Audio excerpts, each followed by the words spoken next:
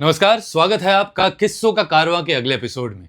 जो लोग इस चैनल को पहले से सब्सक्राइब किए हुए हैं वो तो मुझे जानते ही हैं कि मेरा नाम अभिषेक दीक्षित है, पर जो लोग नहीं जानते उन्हें मैंने अब बता दिया। खैर, मैं ये बता दूं कि बहुत समय से लॉन्ग वीडियो आ नहीं रही थी और हर बार कमेंट में यही आता था कि लॉन्ग वीडियो कब आएगी। तो अब देर आए दुरुस्त आए, ये लॉन्ग वीडियो आ चुकी है। पर मैं बता दूं नए लोगों के लिए कि दरअसल मैं एक थिएटर एक्टर हूं। यहाँ इस चैनल पर हम मूवीज, नाटक या राइटर्स के बारे में बात करते हैं और कुछ मेरी स्वलिखित कहानियां हैं जिसको हम शॉर्ट्स के रूप में दिखाते हैं।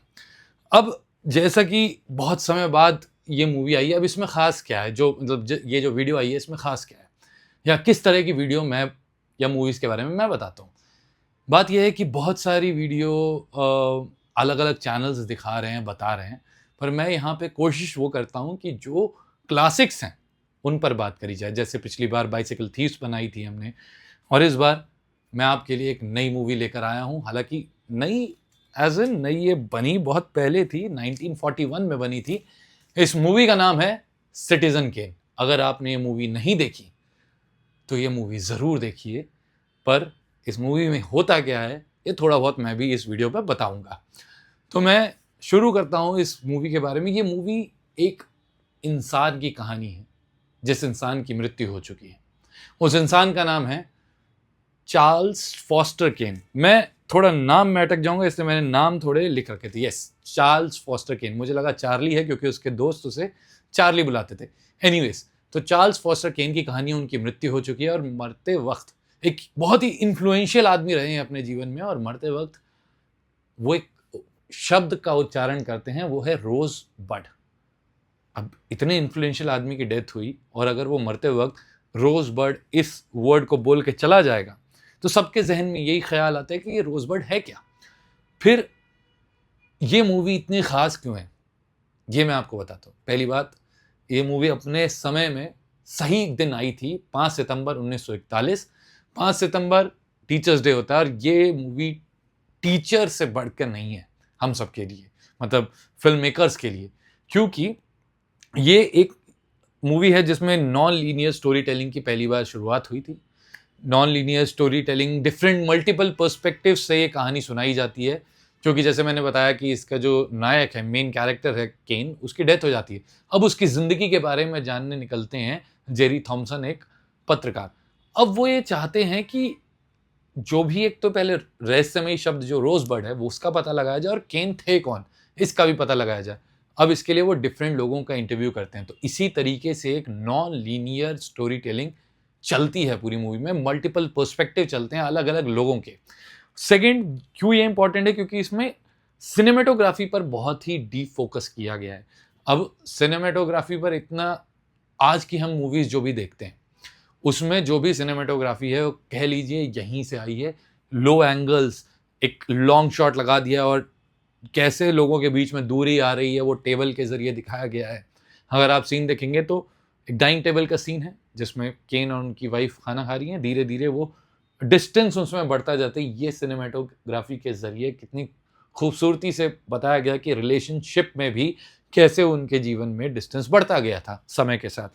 तीसरा, जैसे मैंने कहा था कि कोई जैसे बाइसिकल थीव्स में भी कहा था, कोई हीरो या विलन की कहानी नहीं है। ये कॉम्प्लेक्स कैरेक्टर स्टडी है कि ये जो केन नाम के इंसान थे उनकी जीवन की कहानी और डिफरेंट डिफरेंट लोगों के उनसे जुड़े हुए की कहानी है। अब सबसे इसमें महत्वपूर्ण आते हैं जेडेडाई लीलैंड। यस, अब वो इतने महत्वपूर्ण क्यों हैं, क्योंकि वो केन के साथ, केन के दोस्त रहे होते हैं और केन के साथ काफ़ी समय से वो काम करते हुए हैं। तो केन ने इंक्वायरर नाम का एक अखबार एक्वायर कर लिया था। ठीक है, अब इंक्वायरर के लिए डिस्ट्रैक्टिंग ना हो, मैं थोड़ा बहुत ये फैक्ट्स यहाँ से भी देखता रहूँगा बट कहानी भी चलती रहेगी।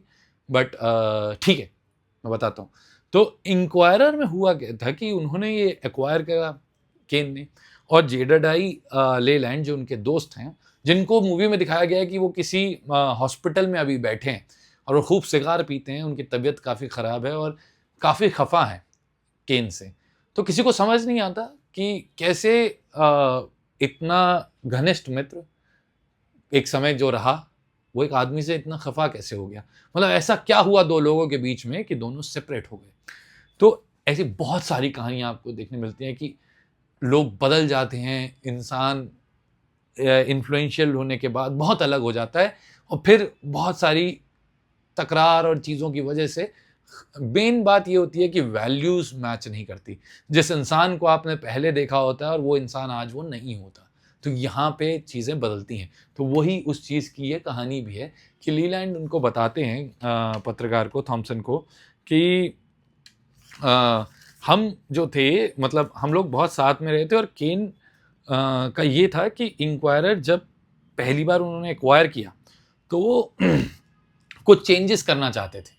कुछ चेंजेस में से एक चेंज था कि वो एक डिक्लेरेशन डालना चाहते थे। पहली बात तो उन्होंने जो फ्रंट के 3 पेजेस हैं उसको चेंज करना चाहते थे।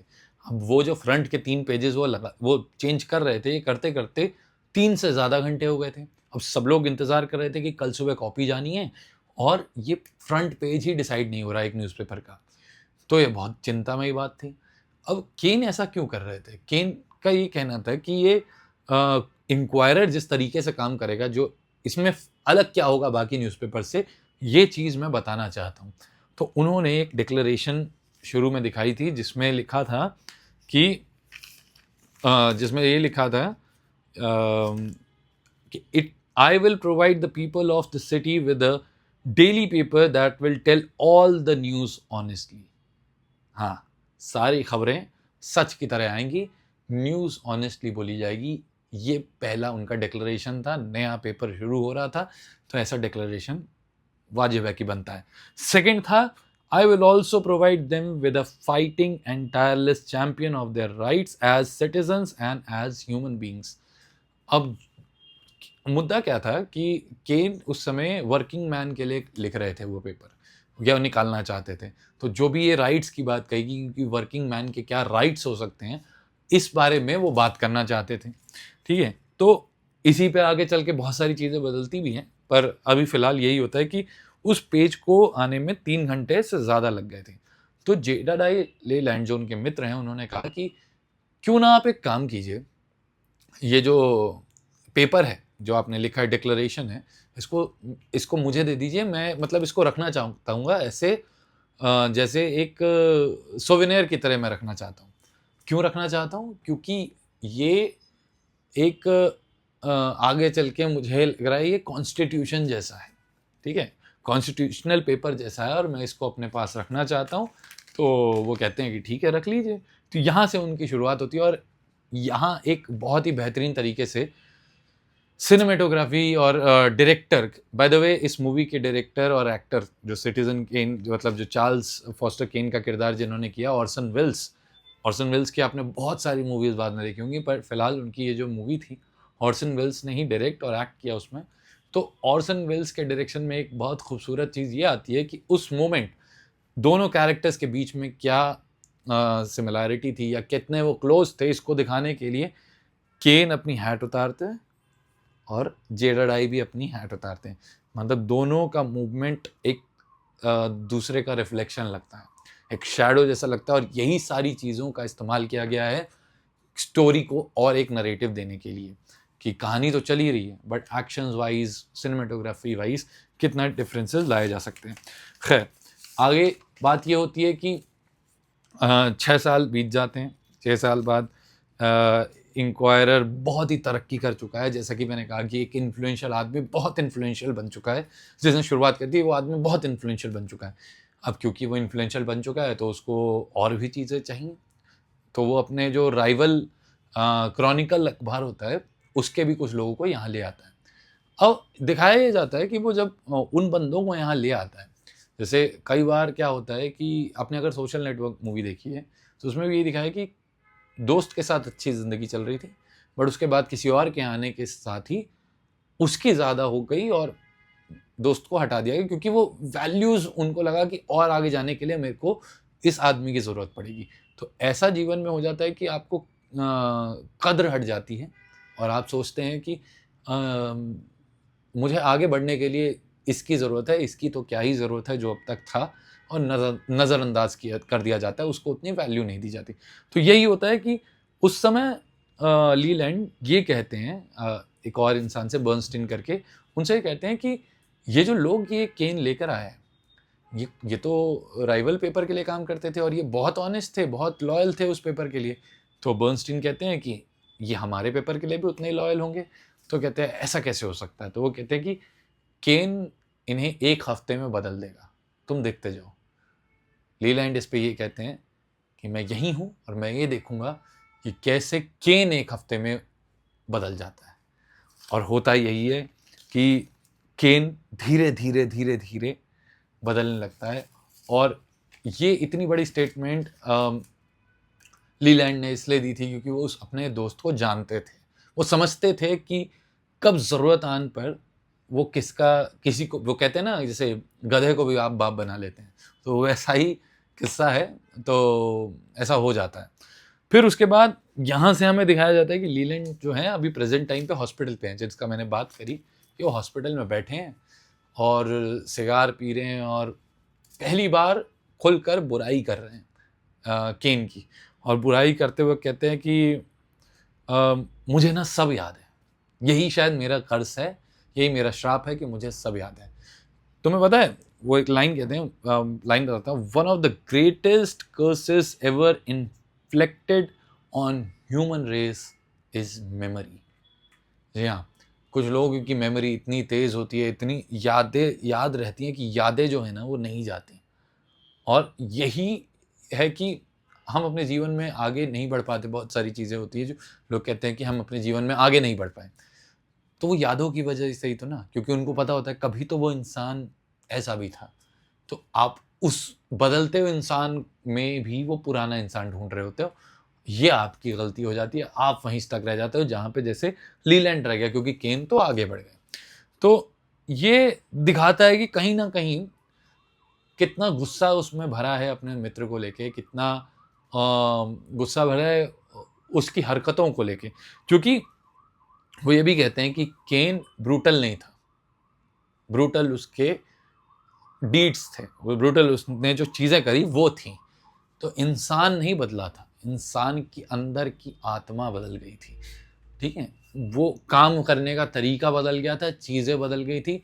क्योंकि केन इसी के साथ साथ वो नए लोगों के आने से वो इलेक्शन के लिए भी खड़े होते हैं, जो इलेक्शन वो हार जाते हैं। ठीक है, अब वो जब इलेक्शन हार जाते हैं तो पहली बार लीलैंड उनको कन्फ्रंट करने जाते हैं और कहते हैं कि तुम हारे इसलिए क्योंकि तुम अपने उसूलों से पहले ही हार चुके थे। तुमने ये पेपर शुरू किया था वर्किंग मैन के लिए, और आज वो वर्किंग मैन एक ऑर्गेनाइज्ड लेबर की तरह हो गया है। मतलब तुम इतने सेल्फ सेंटर्ड हो गए हो कि सब कुछ भूल चुके हो अपने आगे। अब तुम उनकी राइट्स के बारे में बात नहीं करते, अब तुम उनके राइट्स को ऐसा दिखाते हो कि मैंने उनको ये राइट्स दिए, मतलब मैं वो मसीहा हूं जिसने लोगों की मदद करी। एक मसीहा कॉम्प्लेक्स बहुत है लोगों में। मसीहा कोई आदमी होता नहीं है। जब आपको लगे कि आप किसी के लाइफ में मसीहा बन रहे हैं, बेसिकली आप उनकी ज़िंदगी को भी अपने तरीके से रन करना चाह रहे हैं। मसीहा कोई नहीं हो सकता किसी का। वो बस आप ये चाहते हैं कि सारे वो जो अश्वमेध के जो मतलब सूरज के जो 7 घोड़े हैं उनकी लगाम आपके हाथ में आ जाए और आप तबड़क तबड़क तबड़क करके सबको भगाएं। तो यही चीज़ होती है कि मसीहा कॉम्प्लेक्स हो जाता है। केन को लगता है कि ये जो राइट्स जो हैं वर्कर्स के, ये तो मैं इनको दे ही रहा हूँ, ये तो मेरी देन है, इस मेरी वजह से खुश हैं, तो मैं इनका मसीहा हूँ। तो यही बात लीलैंड बताता है कि इसी वजह से, इसी थॉट की वजह से, इसी एटीट्यूड, इसी आइडियोलॉजी की वजह से तुम्हारे और तुम्हारा हारना तय था बहुत पहले से। खैर, इससे पता चलता है कि दोनों के बीच में कुछ अच्छा तो चल नहीं रहा, क्योंकि लीलैंड उनको ये भी समझाते हैं कि तुम जिन वर्कर्स के राइट्स की बात कर रहे हो वो तुम कैसे कर सकते हो, तुम तो प्रिविलेज्ड हो और जो वर्किंग क्लास है वो प्रिविलेज नहीं है, तो तुमने उनका दर्द कभी समझा ही नहीं। तो ये सब बोलने के बाद लीलैंड बोलता है तुम एक काम करो, मुझे ना ड्रामा क्रिटिक की तरह ही लिखने दो। बाय द वे लीलैंड शुरू में भी ड्रामा क्रिटिक की तरह लिखते थे, तो उसने कहा कि मुझे अखबार का ड्रामा क्रिटिक ही बना कर छोड़ दो, मैं ड्रामा लिखना चाहता हूँ, ड्रामेटिक सेक्शन में लिखना चाहता हूँ। तो केन बोलते हैं कि ठीक है, जाओ लिख लो। तो वही होता है कि लीलैंड को भी इतना गुस्सा चल रहा होता है कि लीलैंड दरअसल ड्रामा क्रिटिक तो थे ही, वो लिखना तो चाहते ही थे, पर केन की सेकंड वाइफ ने हाल ही में एक परफॉर्मेंस करी थी और उसका रिव्यू लिखना चाहते थे वो। अब नशे में धुत होकर लीलैंड ने वो रिव्यू लिखा। लिखते लिखते वो अपने टाइपराइटर पर सो गए। अब सब इंतज़ार कर रहे हैं कि ये ड्रामेटिक सेक्शन अभी तक आया नहीं है जिसको लीलैंड लिख रहे थे। तो केन जाते हैं, केन खुद जाते हैं और पूछते हैं कि क्या हुआ। देखते हैं तो उनके मित्र ऐसे पड़े हुए हैं। तो वो बोलते हैं कि वो कुछ नहीं कहते, वो बस वो पेपर उठाते हैं, पढ़ते हैं और पेपर लेके साइड में कुछ लिखने लग जाते हैं। इतनी देर में खटखट की आवाज़ से लीलैंड की आँख खुलती है। लीलैंड सिगार जलाता है और बर्नस्टीन को कहता है, ज़रूर करेक्शन कर रहा होगा, जो भी मैंने लिखा है उसको सही कर रहा होगा। पर केन कुछ भी सही नहीं कर रहे थे। जिस तरीके से वो लिखा गया था, उस रिव्यू को पूरा कर रहे थे। वो खुद से अपनी बीवी के परफॉर्मेंस का एक बुरा रिव्यू लिख रहे थे, जैसा कि लीलैंड चाहता था। बर्नस्टीन जो इंसान है वो उनको बताते हैं कि ये हो रहा है, तो वो इतने तुम्हारे अच्छे दोस्त हैं, तुम नहीं समझे उन्हें। लीलैंड इस पे ये कहते हैं, केन हमेशा से एक ही चीज़ चाहता है कि लोग समझें कि वो ऑनेस्ट हैं। तो वो अपनी ऑनेस्टी का बखान कर रहा है यहाँ पर भी। वो मुझे मेरी तरह से लिख कर या उस रिव्यू को कंप्लीट कर और कुछ नहीं कर रहा, वो उस दुनिया को दिखाना चाह रहा है कि मैं ऑनेस्ट हूँ। देखो, मैंने अपनी वाइफ के लिए भी बेकार रिव्यू लिखा। और ऐसा होता है, ऐसा होता ही है कि एक मन में अगर किसी का खटास आ गई है, जैसे लीलैंड की आ गई थी, तो उसको कभी कुछ सही नहीं दिखेगा। और केन जो खुद को इन्फ्लुएंशियल समझ रहे हैं और साथ में सोच रहे हैं कि प्रूव करना चाह रहे हैं कि मैं गलत नहीं हूँ, वो हर चीज़ को प्रूव करते हैं कि मैं ऑनेस्ट हूँ। और बात ये है कि ऑनेस्टी कभी भी प्रूव नहीं करी जाती, दोस्ती कभी भी प्रूव नहीं करी जाती। चीज़ें प्रूव करने के हिसाब से चलती ही नहीं है। आपको अगर कुछ लगता है तो आप कीजिए।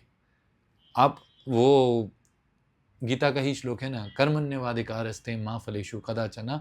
तो इसमें ये बात भी है कि कर्म की चिंता मत करो, बस करो। वो फल की चिंता मत करो, बस कर्म करो, है ना। माफ़ कीजिएगा, उल्टा बोल दिया। तो फल की चिंता हमें नहीं करनी चाहिए। वैसे ही इंसान को ये भी नहीं करना चाहिए कि किसी के लिए मैं ये कर रहा हूँ, या मैं इसको बचाना चाहता हूँ, या देखो मैं सही हूँ उसका बखान करना चाहता हूँ। हम सब गलतियाँ करते हैं और बाद में हम दुनिया को ये बताना चाहते हैं कि मैं गलत नहीं था, अपनी कहानी, क्योंकि हम किसी ना किसी की कहानी में तो विलन हैं ही, है ना। हम हर समय किसी की कहानी के विलन हैं, ठीक है। और वो आप नहीं बदल सकते, क्योंकि वो नैरेटिव उसके दिमाग में सेट हो गया है। वैसा ही नैरेटिव लीलैंड के दिमाग में सेट हो गया है, और कहानी ख़त्म होते होते भी वो यही कहते हैं कि वो ऐसा ही था। और मैं भी अभी सिगार ऐसे ही पी रहा हूँ कि मैं भी मरना चाहता हूँ, पर देखो मौत भी नहीं आ रही। तो दरअसल दो लोगों के अलग होने से दो लोगों में ही प्रभाव पड़ा, पर कोई भी एक्सेप्ट नहीं करना चाहता था।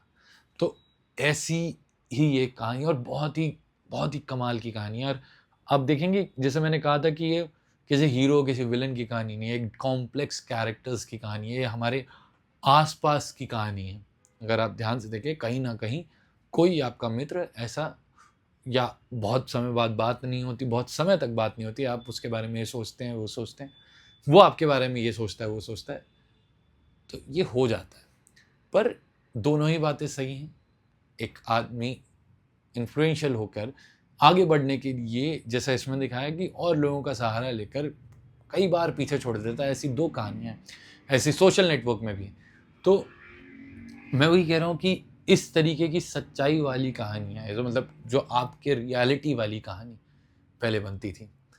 और इसीलिए ये मैंने जैसे शुरू में कहा था कि ये टीचर्स डे के दिन ये मूवी आई, ये बहुत ही सही बात है, क्योंकि हम जैसे सारे film makers, new film makers के लिए एक टीचिंग ही। अगर आप में से कोई ये वीडियो देख रहा है और अंत तक पहुंच चुका है और फ़िल्म मेकिंग करना चाहता है या उसमें रुचि रखता है तो प्लीज़ ये मूवी ज़रूर देखिए। और मैं जाने से पहले बस एक बात कहना चाहूँगा कि ख़ासा कोई मेरे पास सेटअप नहीं है, ठीक है? मैं कोशिश करता हूँ कि मैं जैसे मैंने कहा कि मैं एक एक्टर हूँ, मैं लिखता हूँ थोड़ा बहुत, तो मैं चाहता हूँ कि मैं सिनेमा में जाऊँ, वहाँ के लिए मूवीज़ बनाऊँ या मैं उन मूवीज़ में काम करूँ। पर ये जर्नी है अपनी-अपनी अब सस्टेन करने की, चीज़ों को बरकरार रखने की। तो मैं 2 ही बातें कहना चाहूँगा जाने से पहले कि मैंने जो मेंबर्स ओनली वाला भी रखा था, जिसमें बिलो द विस्प मेरा नाटक है, तो वो इसलिए है कि आप सब मेरा नाटक देखना चाहते थे, आप मुझे एक्ट करते हुए देखना चाहते थे, तो आप प्लीज़ उस मेंबरशिप बहुत मिनिमल मेंबरशिप है और आप वो देख सकते हैं वो नाटक। मैं फ्री में इसलिए नहीं डाल सकता यूट्यूब पे ऐसे ही नहीं डाल सकता क्योंकि और भी एक्टर्स हैं और भी किसी और का लिखा हुआ नाटक है, किसी और का डायरेक्ट किया हुआ नाटक है। हमें उसके शोज़ बाद में लगाने होंगे। यहाँ तो मैंने फिर भी इसलिए डाल दिया कि कुछ चुनिंदा लोग देख पाएँगे और बाद में इसके शोज़ होंगे तो देखते हैं। मेरे पास कोई इतना रिसोर्सेज़ नहीं है कि मैं मल्टीपल शोज़ या डिफरेंट सिटीज़ में इसके शोज़ कर पाऊँ। सेकंड जो मैं बात कहना चाहूँगा कि देर हो जाती है लॉन्ग वीडियोज़ आने में, जैसे शायद पिछले महीने आई थी और एक अब आ रही है। कोशिश करूँगा कि और फ्रीक्वेंटली वीडियोज़ आएँ, पर वो वीडियोज़ अ, मतलब ये वीडियोज़ ना आने का एक कारण ये भी हो जाता है कि मैं चाहता हूँ कि शॉर्ट्स के ज़रिए, यूट्यूब के ज़रिए मतलब लॉन्ग वीडियो ऐसी बनाऊँ जिसमें कुछ नई कहानी हो, आपके लिए कुछ बना पाऊँ। पर मैं हर बार हार जाता हूँ क्योंकि मैं उन रिसोर्सेज़ के साथ नहीं आता, मेरे पास उतने लोग जुड़े नहीं हैं कि जो ऐसे ही कर लें। बट शायद एक दिन ऐसा होगा, बाकी गैम्बिट तो आ ही रही है। आप उसको उतना प्रेम दीजिएगा, ठीक है? तो ये थी सिटीज़न केन और इस मूवी के इसके क्या नाम है, इसके पोस्टर पे एक बहुत बेहतरीन बात लिखी है कि everybody is talking about it, it's terrific. वैसा ही है ये movie, greatest movie of all time. Thank you so much, धन्यवाद। अगर आपको वीडियो पसंद आई तो इसे लाइक, शेयर और सब्सक्राइब ज़रूर कीजिए। ये औपचारिक बातें मैं कभी नहीं कहता, पर चैनल के लिए आज चैनल को 1 साल भी हो गया है, तो अगले साल तक इसको और आगे ले जाते हैं। धन्यवाद।